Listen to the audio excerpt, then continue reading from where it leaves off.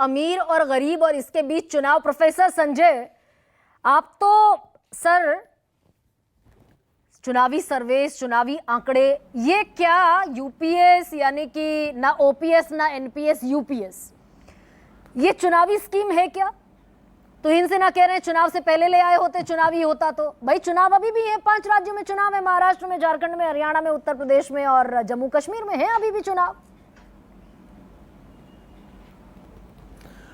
देखिए, जिस बात का जिक्र किया गया कि पूरे जो काम करने की जो जनसंख्या है, जो काम करने वाले लोग हैं, उनमें सरकारी कर्मचारी सिर्फ 5% है। अगर आप उनके परिवार को जोड़ लें तो मान लीजिए 7, 8, 10% हो गए।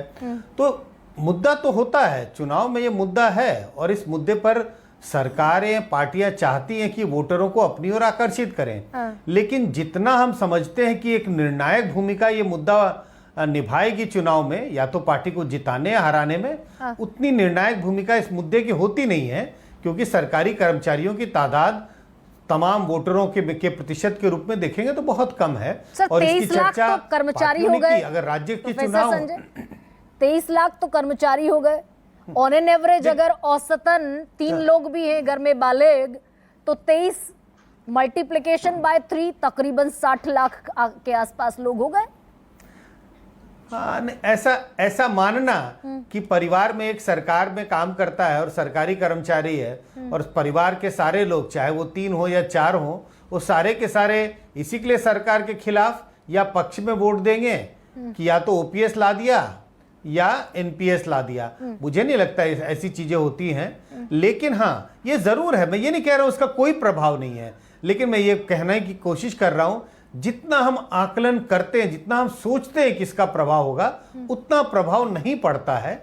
जैसे हिमाचल के चुनाव की बात हो रही थी, उन राज्यों में जहां छोटी छोटी कंस्टिट्यूएंसी है, जहां वोटरों की तादाद कम है, वहां पर तो फिर भी चलिए, कांग्रेस आई ओपीएस के बल पर ही आ गई कांग्रेस हिमाचल प्रदेश में जीतकर।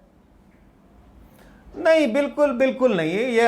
ये आप लोगों का मानना होगा कि सिर्फ ओपीएस के बल पे कांग्रेस चली आई। अगर ऐसे आना हो तब तो कई राज्यों में आप ओपीएस करें और सारे राज्य में आप सरकार बना लेंगे। ये जरूर है कि हिमाचल के चुनाव में अगर हम बिहार या यूपी के चुनाव से तुलना करें तो हाँ, वहां पर ओपीएस के बदौलत आप पार्टी, जैसे कांग्रेस पार्टी ने अगर ओपीएस की बात की, तो वोटरों को अपनी ओर खींचने में ज्यादा सफलता मिलेगी।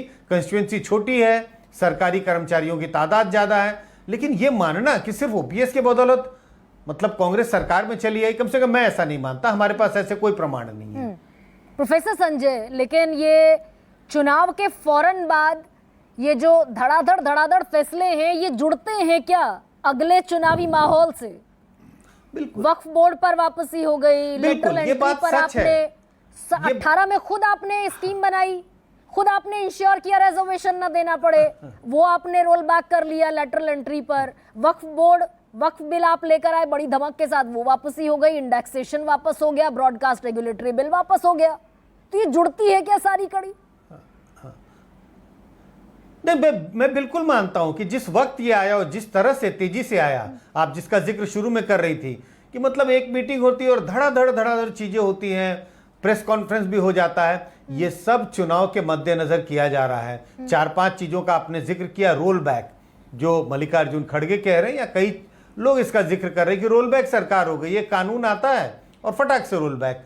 तो ये कानून भी इसी के लिए लाया गया। ये जो अभी यूपीएस की बात हो रही है, मुझे लग रहा है कि इसमें कोई, कम से कम मेरी इसमें सहमति है कि ये चुनावों को ध्यान में रख के लाया गया। 2-3 चुनाव बहुत अहम हैं। हरियाणा का चुनाव, जम्मू कश्मीर का चुनाव, महाराष्ट्र का चुनाव, ये बहुत अहम है। बीजेपी की कोशिश होगी कि हर सूरत पर इन चुनावों को जीतें।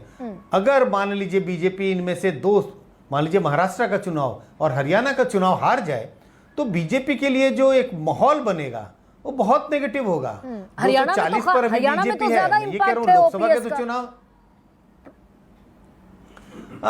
मैं यही कह रहा हूं कि अगर हरियाणा और महाराष्ट्र के चुनाव बीजेपी हार जाती है तो इसका बहुत नेगेटिव असर पड़ने वाला है बीजेपी पर, और बीजेपी जैसे लगता है बिल्कुल घिरी हुई सी दिखाई पड़ेगी। जिस तरह से विपक्ष हमला कर रहा है हर बात पर, वो हमला और तेज होंगे। एक माहौल सा बनने लगेगा कि भाई बीजेपी तो अब वैसी मजबूत पार्टी नहीं रही। तो इसी के लिए मुझे लगता है कि ये चुनाव के मद्देनजर इसको लाया गया है। अब जल्दबाजी शब्द का मैं इस्तेमाल नहीं करूंगा, कि जल्दबाजी में लाया गया, लेकिन हाँ जिस तेजी के साथ हुआ थोड़ा अचंभित तो जरूर करता है हमें।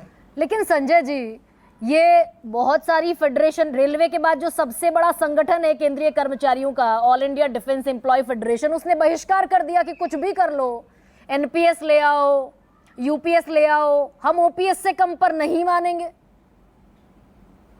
तो ये चुनाव में कैसे प्रभाव डालेगा? वो ठीक है। हाँ। नहीं, कम से कम ये बताने की कोशिश की है उन्होंने, जिसका आपने जिक्र किया कि अगर आप ये एनपीएस से इसकी तुलना करें यूपीएस की, तो यूपीएस एनपीएस से तो बेहतर जरूर दिखाई पड़ रहा है। तो सरकार इस बात का जिक्र कर रही है, ओपीएस पे हम नहीं जा सकते, और एनपीएस अगर आपको एक्सेप्टेबल नहीं है तो एक यूपीएस लाया गया। तो मैं ये नहीं कह रहा हूं कि यूपीएस अगर लाया होता तो जितने फायदे रूलिंग पार्टी को मिलते उतने ही फायदे यूपीएस से भी मिलेंगे।